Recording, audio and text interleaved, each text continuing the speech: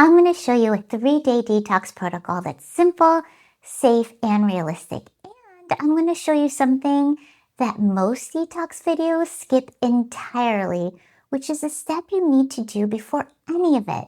I'm Dr. Nirvana, a naturopathic doctor with 20 years of clinical practice. And this isn't going to be a 7-day juice fast where you're surviving on celery water and regrets. This is a real protocol built around how your body's detox pathways actually work. Because here's the thing that most detox plans get completely backwards. They go straight for supplements, powders, and liver support protocols without ever opening the exit doors first. And when you do that, you're essentially cleaning your house with all the windows sealed shut. Today, I'm walking you through 3 simple methods to open those pathways, why the sequence matters, and what to do if you feel worse, because that feeling is actually important information. If that's exactly what you needed to hear, hit that like button. Let's get to work. Before we get into the 3 methods, we need to talk about something called the emunctories.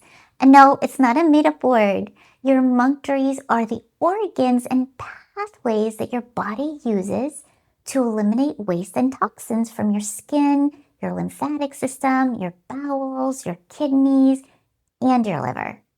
Think of them as your body's drainage system. Now, here's the problem with jumping straight into an oral detox. Supplements, binders, liver herbs, all of it. When you start mobilizing toxins that are stored in your tissues, they need somewhere to go. If your drainage pathways aren't open and working, those mobilized toxins, they just recirculate and then they go right back in. And that's when people start feeling terrible and they blame the detox. The detox isn't the problem, however. The pipes are the problem. This is why every single one of those methods I'm about to show you works by opening an emunctory first. We're not adding things in. We're getting things moving and out. And that distinction is everything. Before I walk you through any of these, I want to give you a real safety briefing because, as always, safety first. The rule with all 3 of these methods is low and slow. Start with the gentlest versions, a shorter time, a lower temperature, a smaller amount. Your body's been accumulating whatever it's accumulated over months or even years. You don't need to undo it in 3 days. You need to give it a signal, not a shock. If you're pregnant, nursing, have kidney disease, heart disease, severe adrenal fatigue, or are on medications, please talk to your doctor before starting any of these. They're powerful interventions for most healthy people, and that's exactly why they need to be approached carefully.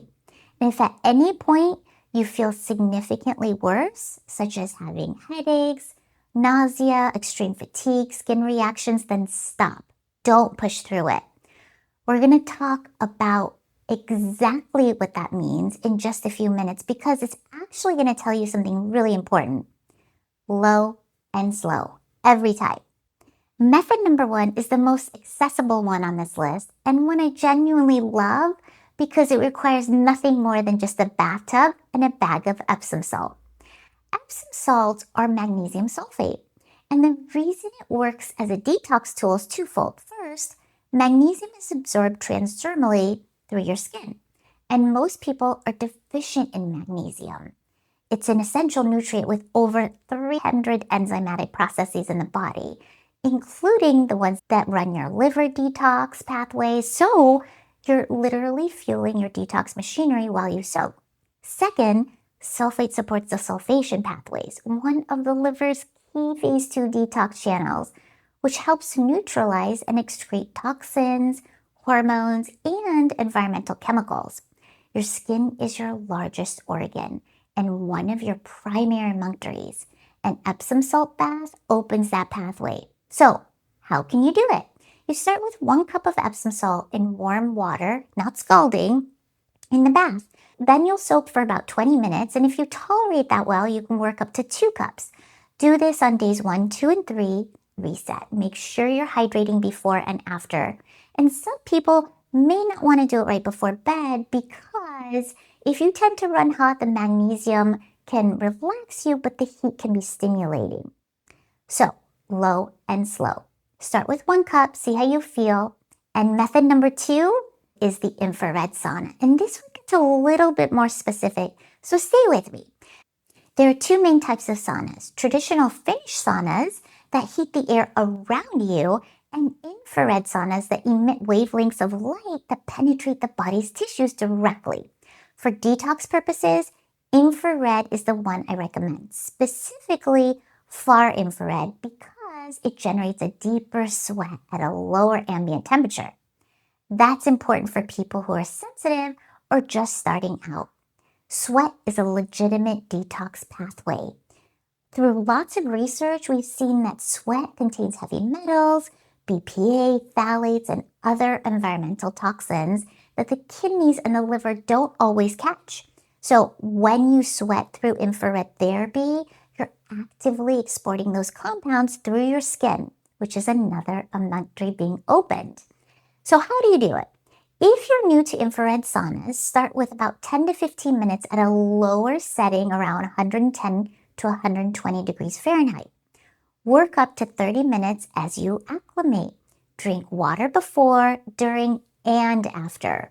Replace electrolytes. A pinch of sea salt in your water works really well. And if you feel dizzy, lightheaded, or unwell at any point, get out. That's your body talking. Listen to it. A lot of gyms, wellness studios, and medical spas now have infrared sauna access, so you don't need one of your own.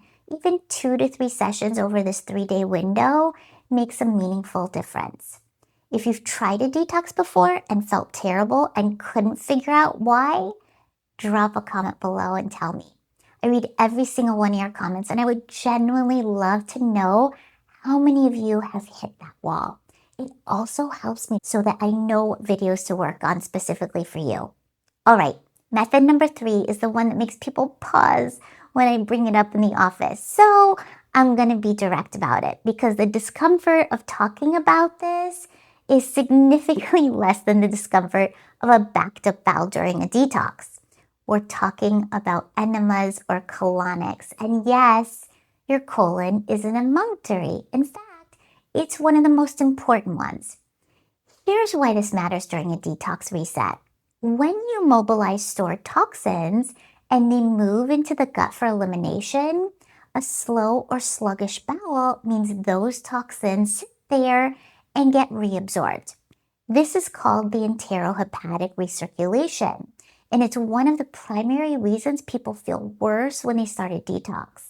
The toxins get released, they head to the colon, and instead of leaving, they recirculate right back to the liver. Keeping the bowels moving or actively flushing it breaks that cycle. A coffee enema is this protocol that we use specifically for this purpose. Coffee enemas work by stimulating your liver via the portal vein to release bile, which then carries toxins out through your bowels.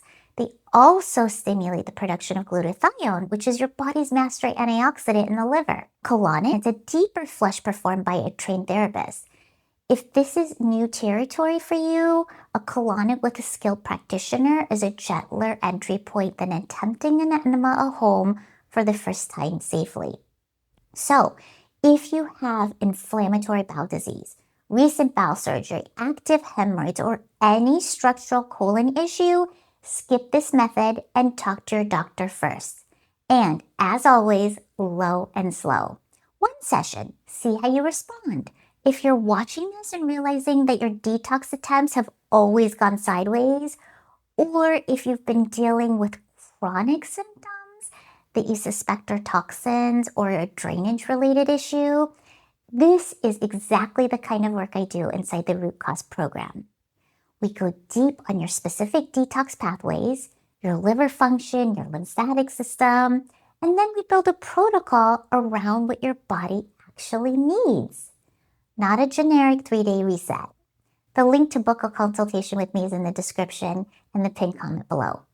If you've been spinning your wheels, this is where you stop guessing. Now, let's talk about what happens if you do one of these methods and feel worse, headaches, fatigue, nausea, skin breakouts, irritability, brain fog, if any of these show up during your 3-day reset, that's not a sign the method isn't working. That's a sign that things are moving but not fully exiting. And it's actually one of the most important clues your body can give you. The tool I reach for in this situation is activated charcoal. It's a binder. It doesn't get absorbed by the body, but it acts like a magnet in the gut, binding to circulating toxins and escorting them out. It's not glamorous, and it may turn your stool a little bit black, which is fine and it's expected, but it's extremely effective at reducing the recirculation burden when your pathways are overwhelmed. You can take it before the method you're using, roughly 30 to 60 minutes prior, to preemptively bind anything that gets mobilized, or you can take it after if symptoms appear. Some people do both, so you can choose whichever works best for you. The key rule with activated charcoal, though, is take it away from food, supplements, and medications by at least 2 hours in either direction. It doesn't discriminate, so it'll bind those things too. I want to spend a minute on this because I think it's the most important part of this whole video. If you go through this 3-day protocol and you feel significantly worse, even with charcoal, even going low and slow, that's not a sign of failure. That's a sign that your detox pathways are backed up enough that even gentle drainage support is overwhelming your system. And that's really important clinical information. It means the drainage issue isn't something you can self-manage your way out of. There's a reason your body has gotten to that point. Whether it's a chronic infection, a liver that's under significant load, a lymphatic system that's been sluggish for years, gut dysbiosis, or something else entirely. And that reason deserves to be found, not just managed around. This is exactly what I do and why I do it. Not to sell you more supplements, not to give you a harder protocol, but to actually find out why your body's drainage system got so overwhelmed in the first place and to address that at the source. Feeling worse is your body's way asking for help, more than a YouTube video can give it. And that's okay. That's what I'm here for. If that sounds like you've tried cleanses and protocols and you always feel worse before you feel better, and the better never quite arrives, I want to invite you to look at the root cause program. It's how I work with patients to actually map out what's going on inside and build a plan that works with your body, not against it. The link to book a consultation is in the description below.